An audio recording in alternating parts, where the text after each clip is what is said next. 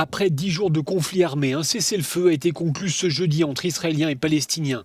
Cette trêve est censée débuter dans la nuit. L'annonce de ce cessez-le-feu a été faite dans la soirée par le cabinet israélien et confirmée ensuite par les groupes palestiniens Hamas et Djihad islamique dans la bande de Gaza. Les pressions diplomatiques se faisaient de plus en plus fortes sur les deux parties en conflit, qui ont donc fini par accepter de se ranger à l'initiative égyptienne visant à faire taire les armes. Côté palestinien, cela signifie suspendre les tirs de roquettes depuis la bande de Gaza, des tirs qui ont fait 12 morts en Israël. Et côté israélien, cesser les bombardements sur l'enclave palestinienne, des raids qui ont coûté la vie à plus de 230 Palestiniens, dont de nombreux enfants. Le conflit a éclaté le 10 mai suite à des heurts à Jérusalem-Est autour d'un projet d'expulsion de familles palestiniennes au profit de colons israéliens.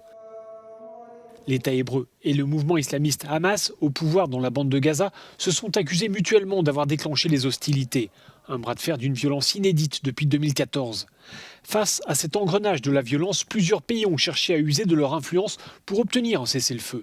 Pas plus tard que ce jeudi, c'est le ministre allemand des Affaires étrangères qui était sur place pour tenter de rapprocher les parties en conflit.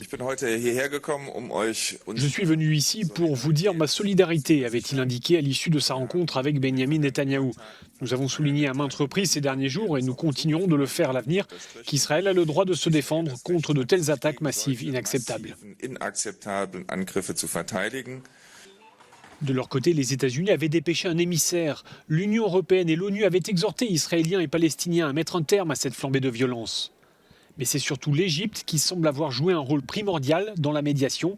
Le Caire devrait d'ailleurs envoyer des inspecteurs sur le terrain afin d'observer le respect de la trêve conclue ce jeudi soir.